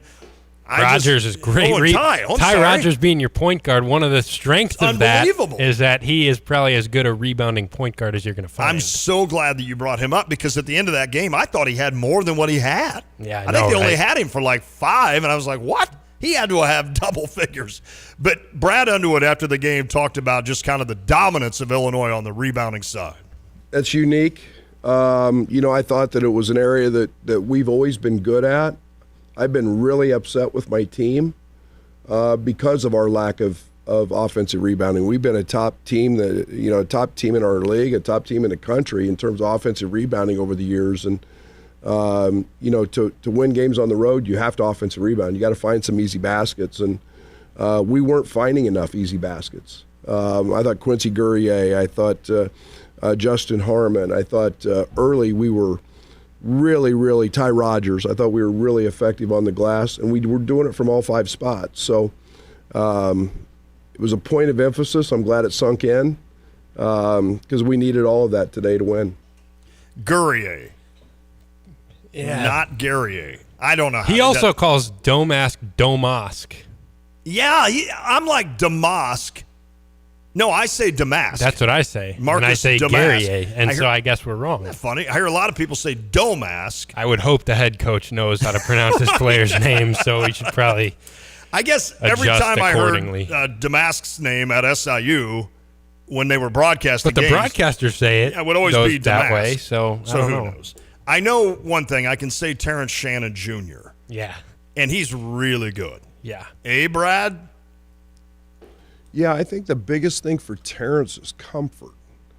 There was so much unknown last year. He was a new player in our program, just trying to be a piece of it. We were young. We're obviously not young. We're older. Just the comfort of knowing that. And he was obviously a first-team All-League guy last year. But I think he didn't rest on his laurels. He took advantage of his experience going through the draft. He got better. He worked. That's showing in his game. And, I've said this. I think he's the best two-way player in the country. Defensively, he's elite. And tonight we get 10 rebounds out of him. Terrence can do that every night. And, that's what good players do is they find ways to stuff a stat sheet and help their team win, and he's doing it all. Yeah, and he does. I mean, and it's just – and when he gets going downhill – Yep. I mean, I know they compared that to when Io played here, and Io could certainly do that. There's another gear almost. And I'm not even just one of those that's living in the now and forgetting what Io Coleman could do, or I'm sorry, Io DeSumo could do and how good he was. But Shannon just to the point where it's almost reckless, but yet it's not. Right. I'm like, how do you not draw 30 charges a game? I don't doesn't foul out. No one wants to step in front of that guy getting downhill to take a charge. Big dude, Kyle. He is huge. And I know in the Marquette game, there were some layups that Illinois missed. There's no doubt, and there's going to be more games like that. And Brad really talked a lot about that after that Marquette game. They missed some key layups down the stretch, and they did. But, man, Shannon. And it's almost like any time Rutgers thought about making some kind of a little run, Shannon would just step up and drill a three or grab a rebound. And as soon as you see him get on that, you're like, oh, crap, look out. I mean, and the way he is able to, it's not a straight line. Like the way he's able to shift and shimmy in the air, or it's special. There was one play in transition where he picked up the ball like just inside the 3-point line, and he had like a step through move where it was like, it's a blur. I mean, how do you stay in front of that guy? Incredible. And he finishes with the left hand, but he's on a different level right now. And I think the biggest thing is that we got a glimpse of it last year, and we saw it. Him getting downhill, there's not a lot of people that can stop him. But I think this year you're seeing him take his game to the next level because he's actually shooting the basketball at a high clip, and it feels like he has taken a step forward in terms of playmaking and creating for other guys. And so if he can maintain those things, I think he is going to take Illinois a long way, and he's a guy that you can trust with the ball. And kudos to a 217 that said Shannon doesn't have to battle Meyer for shots this year. It's his team now for sure. There was a weird dynamic last year with those two, even in a press conference. The way they would kind of look at each other and wonder who was going to answer, I'm just like, something's not right. Didn't it feel like last year you could tell early on in a game, well, this is going to be a Shannon game or this is going to be a Meyer game. Yeah. And it's like they didn't really coexist very much. It Totally was, agree. This guy's going to be the guy tonight or this guy's going to be the guy. Yep, I totally agree. And that makes a lot of sense. Sean Harrington could touch on that. He's coming up. One more, though, from Brad Underwood talking about his offense against Rutgers. That's always been, look, I think without the true point guard, offense will always be something that Illinois fans wonder about. Certainly Illinois did enough rebounding, defense, etc., to win that game against Rutgers, but their offense showed up as well. We've really tried to emphasize, we've been trying to emphasize driving the ball. I go back to our Kansas exhibition. We shot 26 free throws in one half, and we just got passive. I thought we made really good decisions tonight in terms of when to attack in transition and when not. I think that's we had one or two segments in the first half, one or two possessions where we got a little out of sorts. But on the road you got to be selective. I thought we did a good job of that, and we drove the ball. And Terrence was impressive the first half, getting downhill. Marcus was living in the paint, as was Ty. Good stuff. Brad Underwood, a big win against Rutgers. And, I mean, you can't state it enough. Illinois does not normally win that first game on the road in the Big Ten. I think it was the second one they've won since 2011. That's crazy. It was at Iowa, I think. Yeah, that a couple years ago. And there were so many years in between where these first two – I know Illinois is only doing the one Big Ten game this year where some are doing two. That there were years where Illinois never could go 2-0. Right. They'd always be 1-1. And it's like, why can't we just be 2-0 going into – the holiday season and then start January the right way? Well, you started it the right way with that game against Rutgers. And now here's your reward. You get to play FAU next, ranked like 11th in the country. Illinois now up to 20, according to Kyle. And then you get a game with Tennessee, who I wasn't here last week. 2 weeks ago, they were projected as a 1 seed on Lunardi. I don't know why I said it like that. That was weird. On Joe Lunardi's bracketology. So that just I'm not saying that's the be-all, but that kind of tells you what people think of Tennessee. And you got to go to Knoxville and listen to the old chant, the Rocket Top. Tennessee's on a 3-game losing streak, but the 3 losses are Purdue in Maui, Kansas in Maui, and then at North Carolina. Oh, so goodness. I still think they're really good. And they'll be wanting to win. They'll be hungry. That's the other thing. And I mentioned that to Pipes last week. I wanted them to win that North Carolina game last week because now here we go. They're on the 3-game losing streak. They come back home. Now they're going to shoot 60%. Amen. Here we go. Before this show is out, and we're going to talk to Sean Harrington next. We've got to catch a break here. Sean Harrington, former Illini, of course. Everybody knows Sean. Excellent. I always learn something when I talk to him about basketball. Before this show is out, can you cue up the Pat McAfee from College Game Day? Oh, that was great. The prediction where he goes crazy with Georgia fans and then completely flips it. That dude is something special, man. He really is something special for us. I love him. And I remember one last year where he did the Rocky Top down in Knoxville, and he was like, Rocky Top! And they're all singing it, and he's got a decent voice, too. Yeah. I mean, he's just a funny – who was the guy on the set with him? Is he a comedian? Theo Vaughn. I don't even know who he is, really. I was like, am I supposed to – that's when you know you're old. When you don't even know who's on the set with College Game Day. I'm like, first of all, Lee Corso, I'm sorry, but it was a great run for him. It was a really good run. He was outstanding for a long time. I mean, Herbstreit just sits there and I know. You can see him trying to pull words out of Corso's. Lee's great. He's a legend. Oh, he's phenomenal. But certainly I think it's there comes a point where it's uncomfortable. Yeah. It's really uncomfortable. Then they show the video where he's going around circling the I'm like, what are we doing here? All right, let's catch a break. Sean Harrington's next. Let's do it. It's The Drive. The Urbana Indoor Aquatic Center is selling passes to the indoor pool 50% off December 4th through the 8th. Visit the Indoor Aquatic Center at 102 East Michigan in Urbana. Buy passes for admission to the pool for lap swimming or the winter break public swim sessions. Open for public swim December 20th through January 3rd from 1:30 to 5:30 p.m. Punch cards are a great way for families and groups to enjoy the pool for a discount. To learn more, visit urbanaparks.org. The hammering, the sawing, the drilling, all the sounds of the workplace are music to our ears. You can be a part of construction projects large and small as a Carpenters Local 243 member. Learn to excel with apprentice and journeyman training. Members enjoy all the benefits this internationally recognized union has to offer. It's a life-changing decision. Join the Local 243 family tradition. Contact Carpenters Local 243 at 217-356-5463. At Busey Bank, we're proud to connect communities through financial outreach and economic opportunity. Building a stronger, more vibrant community, Busey offers tools and resources to individuals, families, and business owners to achieve financial success. Building strong financial futures, one family, one street, one city at a time. Busey Bank, member FDIC. proud to be the official bank of the Fighting Illini. Crossroads Contractor Supply specializes in the delivery of tools and supplies within a 150-mile radius of Champaign-Urbana. Reliable, timely, and with reasonable prices, Crossroads Contractor Supply knows what equipment and tools are needed for your job. Their slogan, we have it when you need it. Get the job done right with proper tools and equipment. Did something break? Construction materials as well as safety equipment, all available. Call 402-8123. Visit CrossroadsContractorSupplyIL.com. I'm Justin Ike, co-owner of Fred's Plumbing, Heating, Air Conditioning, Electric, and Underground. So, Justin, tell me what you see as typical when it comes to sewer repair. Give me a scenario.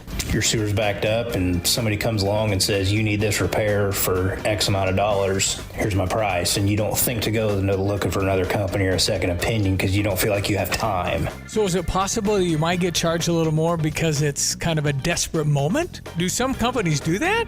Oh, absolutely they will. They know you're in a pinch. Typically, if you call us, me or Will can be out there within an hour to look at that problem for you. Whether you call me first or you call me second, make sure you give me a call. Anything else, Justin? You can always trust Fred's. Great to know. Thank you. That's Justin Ike, the co-owner of Fred's Plumbing, Heating, and Air Conditioning, Electric, and Underground. If you want more information about this great 45-year family-owned company, just go to fredscu.com. That's fredscu.com.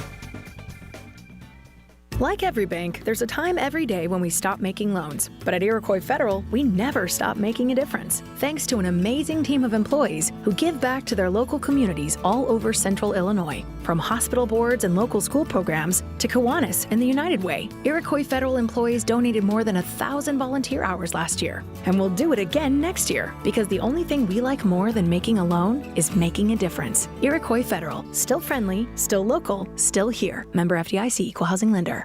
Kelsey Furniture in downtown Tuscola sells Tempur-Pedic beds. What's it like? I'm going to tell you right now, Stevie, that thing is the best thing I've ever slept on in my life. My wife and I both have said we've never had better night's sleep. And the people at Kelsey's were fantastic. Brian is the guy that helped us. You know, as much as I did my research, he has a world of knowledge about beds themselves. Oh, man, it's like sleeping on a cloud, man. Kelsey Furniture, downtown Tuscola.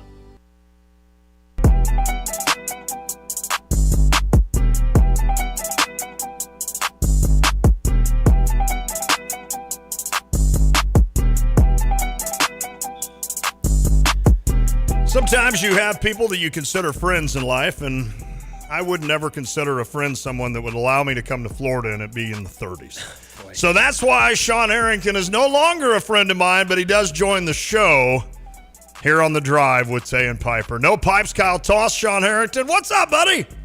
Hey, how are you? I am good, my friend. I assume it's warmed up. We do that every once in a while when we know you're coming down because the population's getting so crowded down here. We don't need a lot more, right? And so we got to funnel in the air conditioning for people once in a while, just so they don't think it's paradise every day. Wouldn't it be funny if the entire state of Florida all of a sudden they wake up and they're like, is Lon down here again? Like that's it. That's my fault. I'll have to start picking a different spot to come on occasion. That's what I'll do. We appreciate it. We appreciate it. Well, Sean, what have you been up to, my friend? I know you were able to come back home recently for Bill Self, coming back to, of course, State Farm Center now, the old Assembly Hall where he coached. And that was a special weekend, I know, for you guys with that game helping the people in Maui. But what was that like? I know Bill Self.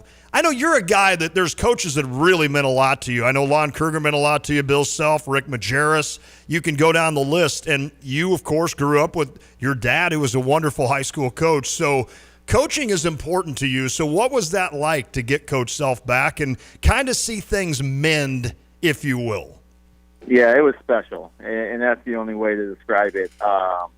You know, what Bill Self did for Illinois basketball in the 3 years that he was there, you know, was incredible. And we had a great run in the 3 years that he was there. He set it up extremely well. So there was another 3-year run after he left, you know, with obviously D. Darren, Luther, Roger, James, and he meant a lot to us, you know, just as players. You know, talk about like a player's coach. You hear that term a lot. And what does it mean exactly? And that's what he was. It was we would run through a wall for him because we knew he cared, and it's one of those, you can feel it. Coaches can say things, they can do things, but when they really mean it, you feel it. And he had a way of getting on you at practice and just, getting after you and screaming at you and cursing you out at times. And at the end of the practice, he'd put his arm around you. He'd ask you, about your family. He'd ask about your girlfriend. He'd ask you, what's going on in life, and what radio station are we listening to? That was obviously before we had Apple Watches and Apple phones, and also, what radio station we got in the car, on the way home, kind of a thing. And so he cared about you. He got the best out of your practice. He worked you extremely hard. He put us through, the ringer while he was there, and the hardest workouts I've ever been through and practices I've ever been through. But it made us better. It made us tougher, and you knew he cared about you, and it's really cool. We got a group thread, a text thread that whole team. There's about 15 of us on there with players. Coach Self obviously on it. Coach Roberts is on there. Coach Judd's on there. So really cool that we all keep in touch, and he would do anything for you now. And it's I've been able to get back to Kansas like 3 times for games, and he answers your call and puts you on the ticket list, and he's just incredible and gives you the treatment. Let my kids, run around on Allen Fieldhouse, floor to shoot baskets and stuff like that. And, he doesn't have to do that. Right. There's nothing that I can do for him now that he's getting the benefit from doing that for me. So just really special. And he treats all of us that way when you give him a call. So just a lot of fun to be with our players there back at the hall. We don't get a chance to, be together in those situations too often because everybody's all over the country. And, sure. Different jobs and some of them playing up until a couple of years ago. Corey Bradford just finally hung it up a few years ago. Yes. So for all of us to be able to get together, it's special. It's really cool. How was your interaction, and has it been, with Brad Underwood? Good. Yeah. Obviously, I haven't been back there as much as you'd like to, being in Florida. So I've only been able to make it back, I think, 2 or 3 times that he's been there. I've actually called a few games of his early on in his tenure at Illinois. I was lucky enough to call his championship game when he was at Stephen F. Austin, and cool. We were joking about it there.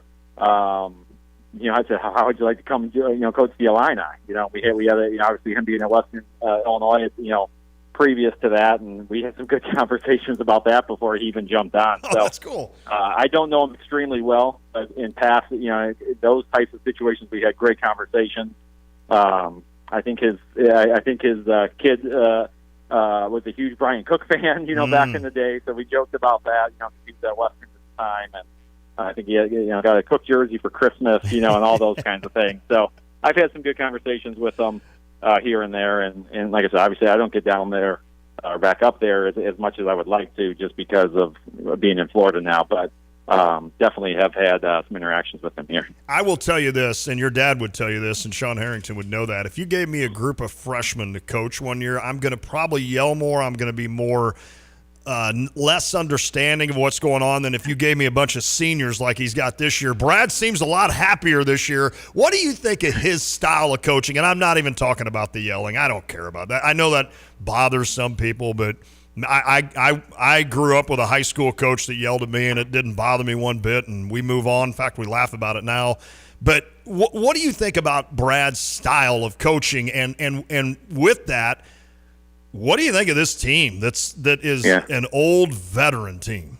No, it's his coaching style. He gets on you, and obviously there is the screaming that's involved in that at times. And like I said, I know Coach Self did it as well, so I was with the best. So there's a time and a place for that. I don't think you can ever belittle someone. There's a difference between getting on somebody and really belittling them or name calling or those types of things. I think he's very motivational. I think you got to get on kids at times. I think you have to pick your battles when you do, because if you do it all the time, they tune you out, and it's not effective then when you do it. I feel like his teams play very loose. I feel like they come out and they play free. Some people may argue and say they play a little too loose and a little too free at times, but that's okay. You can always kind of reel them in.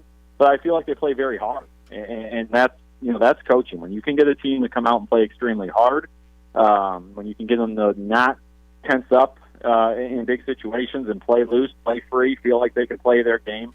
That's putting your kids in a good spot. So I think he does a very good job on that side of it, of getting the guys mentally prepared going into ball games. Sean Harrington, great answers as always. I always learn stuff about basketball, and Sean and I joke a bunch, but I'm dead serious when I say that. I love having him on, and I know a lot of our listeners, well, all of our listeners, enjoy that. By the way, you're hearing Sean Harrington here on the Tapman's Towing phone line.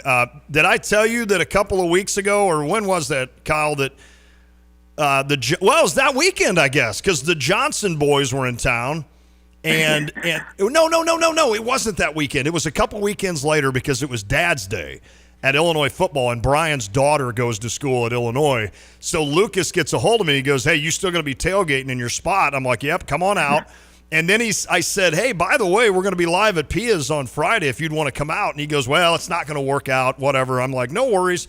So here it is about 3, we do our show from 3 to 5 now, which is 4 to 6 Florida time. That's a joke with Sean and I. But here it is about 3:40, and 2 tall dudes come walking out holding a big old draft beer, and I was like, oh, crap, the Johnson boys are here. And you can imagine what ensued from there, Sean. Oh, yeah. Hey, talk about characters. That's the definition of a character when you look it up. So great guys there. And the story that they have is, hopefully they can't share too much of it on the air with you guys, because you guys would probably get banned from radio after that. But yes, I mean, we always used to joke.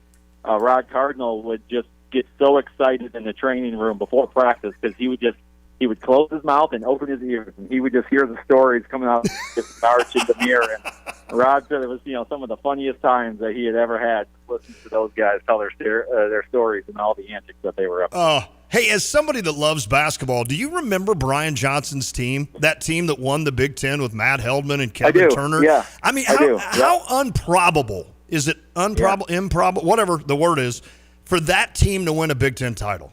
Yeah, well, everybody bought in, right? I think you had just a bunch of guys that it wasn't their group. They had been through the battles, veteran group that knew how to play the game of basketball, and that's. They didn't lose. People had to beat them. You know what I mean? It was one of those. They were not going to lose the game. You had to win the game from them. So they weren't going to beat themselves, and that goes a long way. And high character guys, and obviously great coach leading the way there. So yeah, that was a fun team to watch, just because they definitely overachievers. But they had everybody bought in and it was locked in that group. Isn't it amazing that? Obviously, we know what Lou Henson did for Illinois basketball, but near the end, we knew it was kind of time, and then what Lon Kruger was able to come in and elevate, and then, of course, like you mentioned, with Bill Self coming in and just kind of even elevating that more, that was such a special time for Illini fans to understand, and I know we've been through this 100 times, and people are probably like, we've been through this, Lon, but I mean, Kyle, you're a sophomore now at Illinois. Can you imagine in your entire career one team beating you at home? Like, can you imagine being in the Orange Crush and one time seeing a defeat at home? That's what it was like, Sean. It was just like, well, welcome to the Assembly Hall because you're leaving as a loser. Correct, and you have to do that to be good. Yes, and that's the thing. It should be every team's goal to go undefeated at home every year. That's a reasonable goal, and it's a goal that you need to do.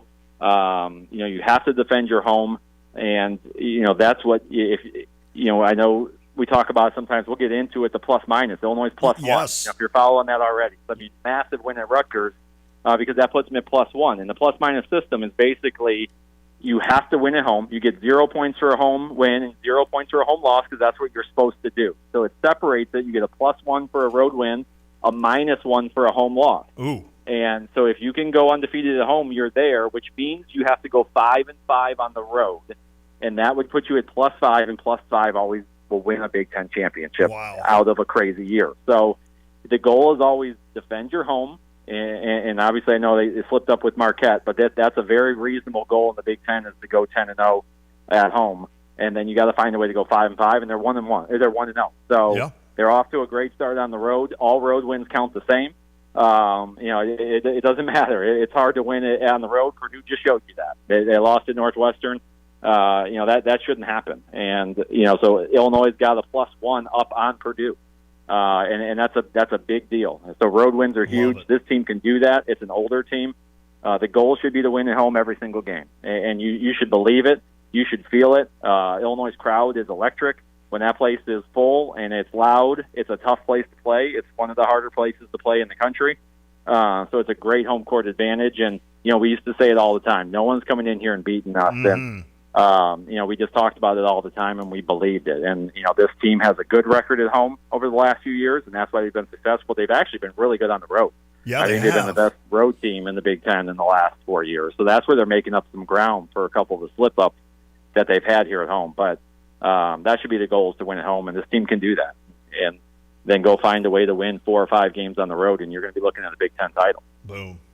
Sean, going back to Saturday's game, one of the biggest talking points this offseason about this roster was the lack of a true point guard and some of the offensive limitations that could create for this team. It felt like Saturday against Rutgers was by far their most complete offensive performance so far this season. What stood out to you on the offensive end that allowed Illinois to have so much success against a good defensive Rutgers team on the road? And what do you think the key is for this team to kind of overcome and mask the lack of a true ball handler point guard? Yeah, I think we've seen it now for 4 straight games. And I didn't want to get overreact because the competition wasn't very good in those last 3 games leading up to Rutgers, but they played extremely well, and they played the right way. This is a team that I think their biggest thing is they need to be in attack mode, because everybody on the perimeter, including their 5 when it's Hawkins, can beat their guy off the bounce, and they can get to the basket and they can score. They're tall, they're long, it's their strength. They need to play to that. I know it's a 3-point shooting era. I wish I played now and I could shoot 10 to 12 threes a game and not, blink an eye and just say, oh, that's what we do now. We put up 10 to 12 threes. So I would love it. But you got to take good threes. And now we've seen that now for the 4th straight game that the right guys are shooting it. You want Shannon and you want Goody shooting the majority of your threes. And everybody else, if it's now the penetrate and kick, I don't want them shooting it, unless it's a late shot clock situation. If they're wide open on a penetrate and kick, I want everybody letting it loose. And that's a good shot. That's a quality shot. The other 2 guys got a little bit more of a green light. But then you look at Goody, he doesn't take bad threes. And there's a reason why he's shooting 45%, whatever it is now, the adjusted. But I think he was right around 45% 3 because he takes good threes. He doesn't take bad threes. He's a great shooter. But when you take a great shooter and take great shots, that's when you shoot 45%. So, you got some of the other guys that aren't 45% shooters taking threes off the dribble or 3 or 4 steps behind the 3. So now you're 36% 3-point shooters, a 29% shooter. If Goody's shooting those shots, he's probably a 38% shooter. Now, we'll still take that, but he's not hitting tough shots. He's making good threes right now. So I really believe the last 4 games they've made a conscious effort to attack inside early. Get to the basket early. The threes that they have taken have been a lot more penetrate and kick. And I look at analytics. I don't like people that just base it on analytics, but they've been shooting shots. About a third of their shots have been from 3. And that's much better as opposed to 50% of your shots coming from 3. And so that's what I think you look at. And I do think the point guard is something that they're going to have to deal with throughout this year. There's no simple solution for that. But you can overcome it with good team basketball, taking good team shots, not turning the basketball over and attacking guys and getting into the lane using your strength instead of maybe the quickness of a point guard breaking teams down. 2 more big tests coming up this week against Florida Atlantic at the Jimmy V Classic and then at Tennessee on Saturday. What is that like from a player's perspective to head into these big marquee non-conference games, and what do you make of these 2 matchups for this year's team? Yeah, as a player, this is Christmas. I mean, this is what you dream of. I mean, the most fun I had in the season was my sophomore year, and we just every single week, I think we played 6 or 7 ranked teams in the non-conference. So it was one of those, every time we turned around, it was a ranked team. And it's so easy to get excited. It's so easy to get up for those games. So players love this. You get to go play in the Garden, which is one of the most iconic arenas ever. So that's fantastic. And obviously Tennessee's done really well the last 2-3 years. Been one of those key teams. So this is a terrific week for them.